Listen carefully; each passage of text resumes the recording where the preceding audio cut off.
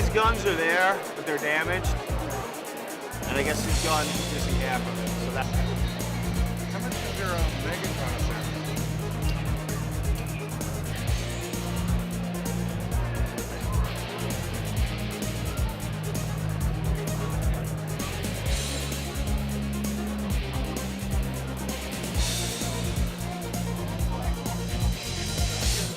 We're with Super 7 Magazine, and this year we've presented a special die-cut cover done by Dreamwave, featuring 20 years of Optimus Prime. It's a trade cover. Artwork was done by Don Figueroa, and what we're doing is we're covering over 100 different Optimus Prime toys over 3 issues for the last 20 years of the Transformers, covering all the different kinds of toys from the original molds on through the different kinds of collectibles variants, Japanese, American, you name it. We're an English magazine that highlights Japanese toys, covering them from a collector's perspective, giving people the details on a lot of information they didn't know about the toys, where they came from, origination, different things about the different kinds of variations, the different colors, what's collectible, what years they came out, things like that. We're really focused mostly on Japanese toy culture, from vinyls to Anazuman, Godzilla, Robodashi, the Henshin cyborgs, you name it. Our whole goal is to be from collectors for collectors, instead of really kind of doing more of the kind of trade style of magazine that you see with a lot of the American magazines, where you'll just get a picture and a short paragraph description about a toy coming back. We go back. We focus a lot on the whole line, the collectability, the different kinds of aspects, what makes a toy more desirable in the line than another kind of toy.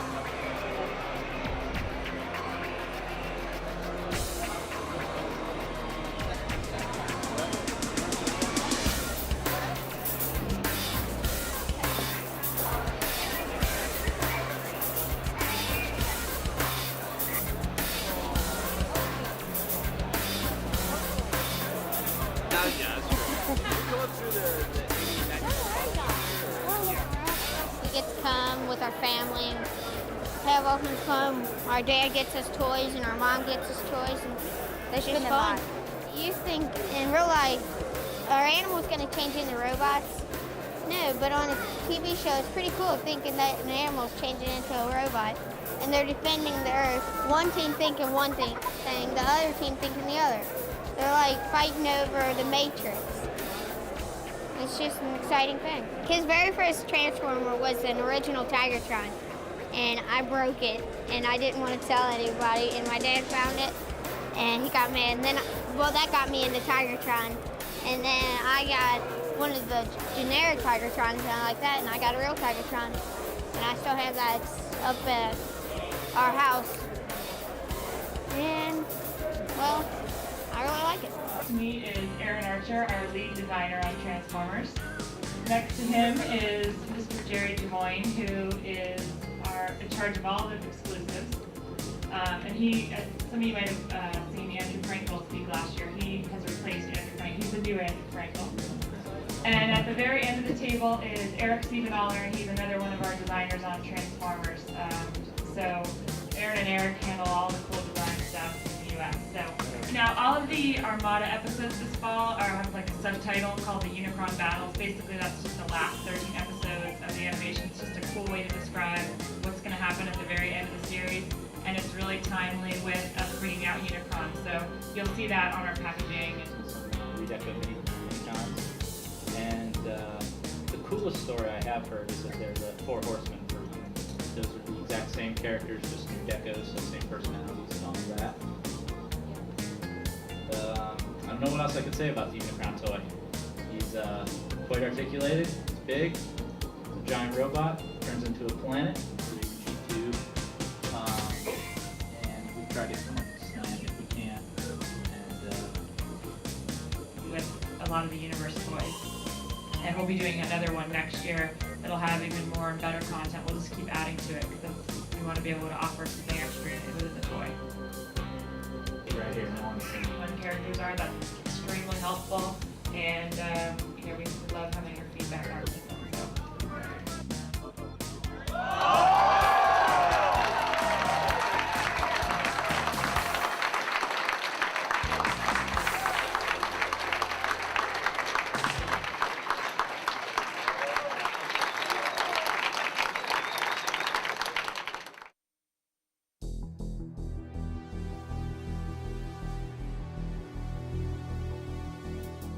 More female characters in Armada or any other show.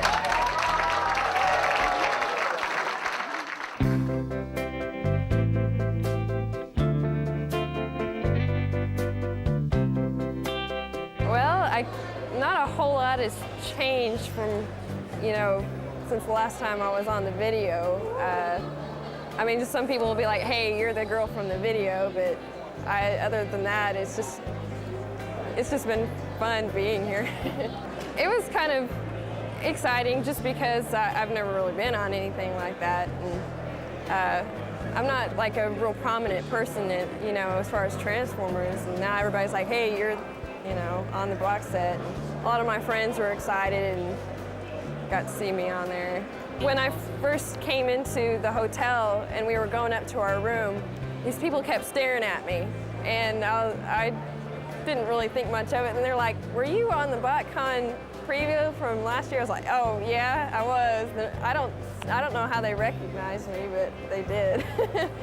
He was just telling everybody that it was his girlfriend that Rhino was looking for, and I didn't see it at first. He told me, he called me, he's like, hey, they're looking for you. I'm like, oh, you know, what did they do, you know? And I liked the compliments, and he's just like, hey, she's taken, you know? It was fun. I kind of took it as a compliment myself. I mean, I wasn't too, you know, clingy or anything about it. I just kind of took it as a compliment. I was happy. I mean, I was proud of her, so, you know.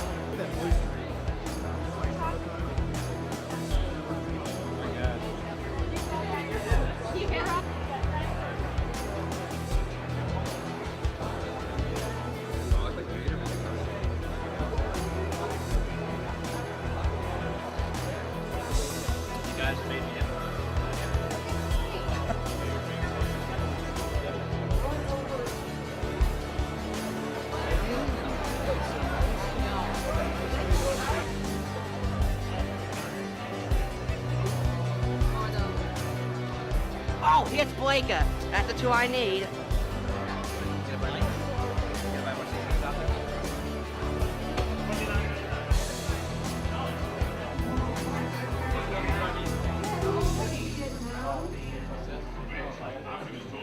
Hi, I'm Corey with DecepticonMatrix.com, and I've got some of my special exclusive items. This is a Computron. These guys form one large robot when put together. It's very hard to find them in the gift set.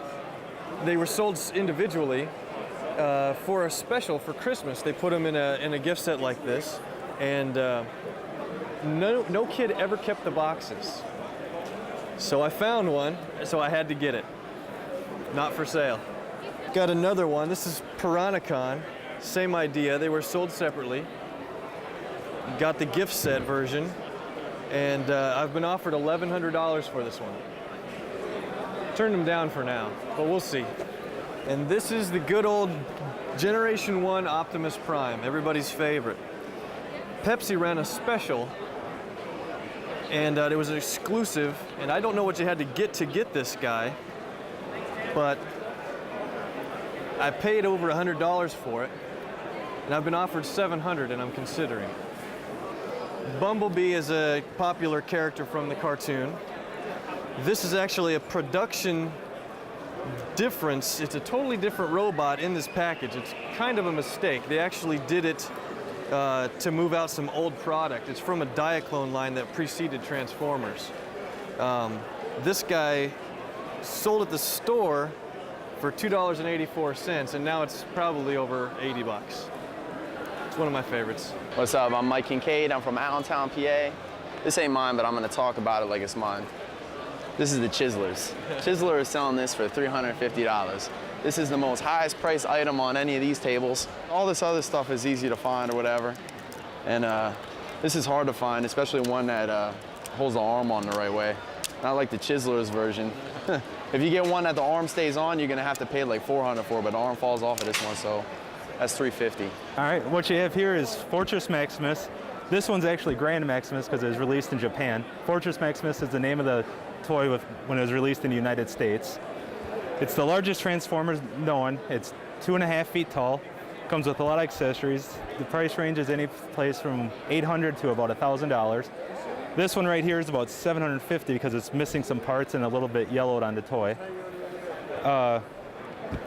It's mostly really famous with collectors right now because it was so high priced when it was at stores and because it's so large and expensive to make and all the packaging that the parents wouldn't buy it for their kids. And now that since the kids are older now and it's such a rare piece, they're willing to pay for it. I got into Transformers at the age of 3, and how it started was my uncle. He came back from Botcon '96. He gave me the little red car Chase, the GoBot. And then on Christmas, he brought me the Soundwave maintenance box. And I was like surprised with it.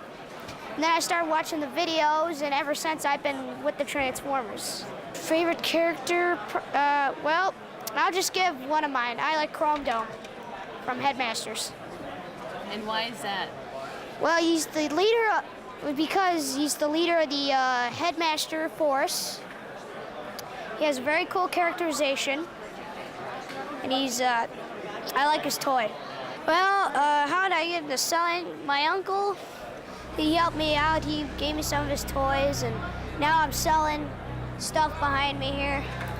And I've been to 2 Botcons, my second one. I think Botcon rocks, just rocks. Love being here.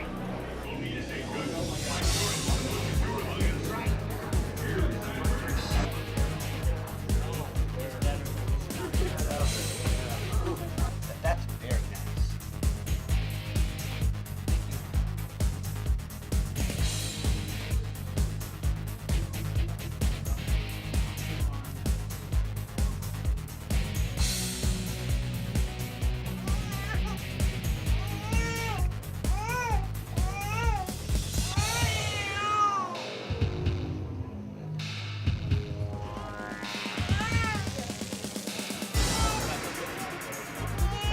They can be a bike again. I know.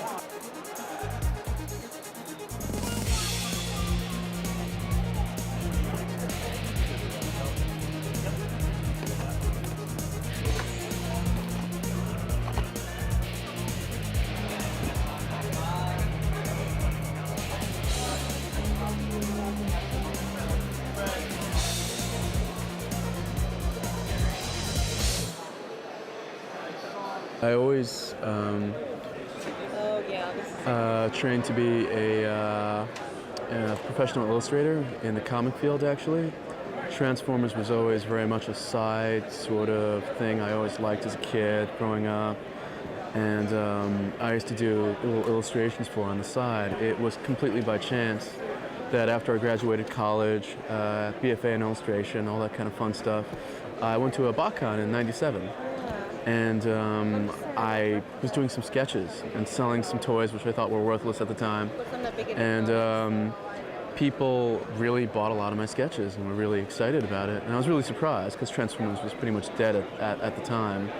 And I just started doing this as a side business, just weekend sort of thing. And it kept on going and going and going. And I just pursued doing it full time. And now I do work for various licensees, for Hasbro, Dreamwave, and the convention and all these other things. So it took a while, but you know, here I am. I think the biggest challenge when you're drawing, say, Transformers versus people, where everyone more or less, you have two arms, 2 legs, and a head. You know, it's pretty simple when you know anatomy, how to draw people or superheroes or whatnot. With Transformers, they all have very unique designs. And they can be really simplistic, or they could be super, super, super detailed. And making these essentially toys, you know, or robots, look lifelike and giving them personality and emotion and making them believable, hopefully, as when you're reading something or looking at a picture, to believe that these aren't just toys. That's really the challenge, to make them feel real, basically. So that's always the biggest thing. Well, I grew up on Transformers, you know, watching the old shows, the Transformers shows, and eventually I got into toys, but I couldn't really afford it as a kid. So, but when I got here in America, I tried, you know, get the old Transformers again, but I had to get a job first and try to accumulate as much that I can. Eventually, I started working on a fanfic comic book online, and then it was well received by the fans. And eventually, I guess the copy got back to Pat, and he emailed me and offered me a job on box art for Armada, and that's how it started. I think the biggest challenge on working on Transformers was during the War Within. I was worried at first about the backlash, if fans were if they're gonna like the designs or not, you know. And eventually, when I first saw the reviews, they liked it, and I was relieved about that. I still consider myself as a fan right now. It's kind of overwhelming, but at the same time, it's really, it's indescribable, really. It's just weird sometimes that people come up and ask me for an autograph. And I was just doing that just last year, you know, the same convention. And hopefully it'll last long. My favorite character is, to draw is Megatron, but character-wise it's Optimus Prime. Megatron is really easy to draw because he's got that face, and you could really do the mean expression on him. But Prime is really a challenge because all he got is eyes. So, and it's very hard to do facial expression on somebody that doesn't have a face. But it's fun to draw. Whenever you're ready.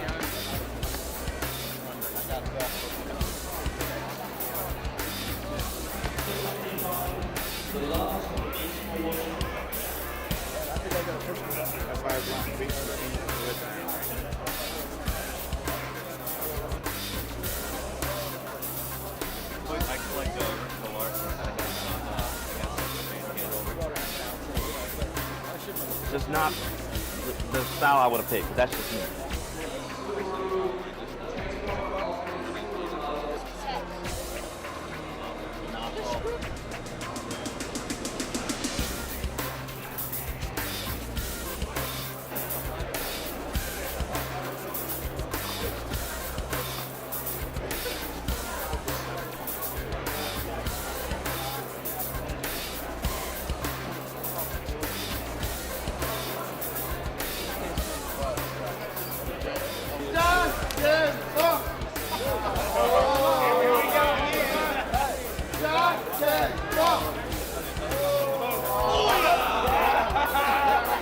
Name 3 Transformers who entered the Intraformers sharpshooting competition. That's supposed to be Botcon? Oh, yeah. Oh, crap. Back there with the brown hat. Megatron, Optimus.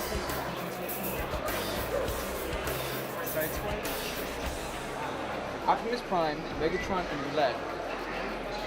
Well, they said on the text. Name 5 members of the original Wreckers team. Me? Roadbuster, Whirl, turn twist, top spin, and impact throw. It's hard to do it volume-wise. Sorry. No more talk. Move! I like that. No more talk. Move! Ironhide, come here. I have a mission for you. Every time I look into a monitor, Prime, my circuit sizzle. I want you to make a special run to Autobot City on Earth. Ready the shuttle. No more talk. Move! Into the arena. There you'll fight and die. Your sparks will be consumed by our master, Unicron. The doomed planet of which you speak has not the means to prevent the disaster of which we are warning them. Good. I'm evil, you imbecile. I'm not supposed to be the nicest guy. David K., what have we here?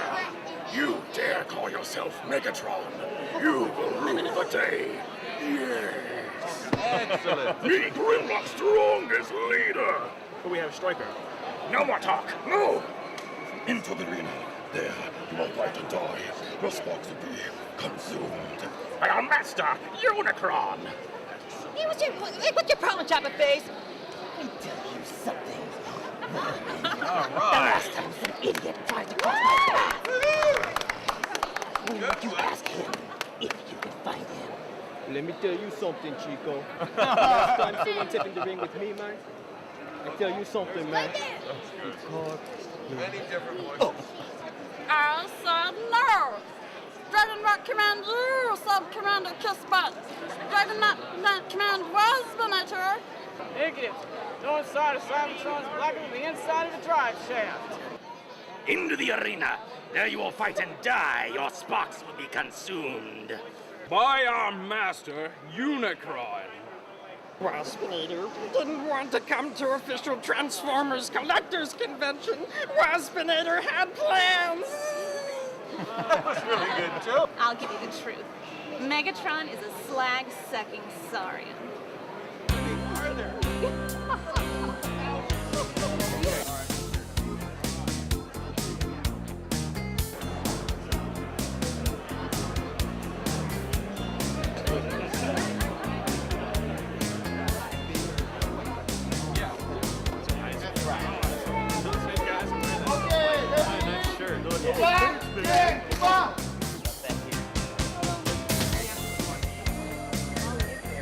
Hey, look it. I don't care what you do. Ow!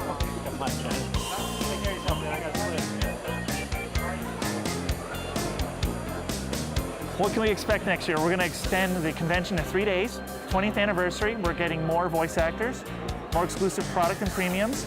We're doing a lot more fan activities on the floor. We're back here in Chicago with bigger rooms, bigger space. Hasbro's going to be assisting us in doing a marketing blitz, media blitz in Chicago to get more of a local crowd and media turnout. And it's supposed to be more, bigger, and better.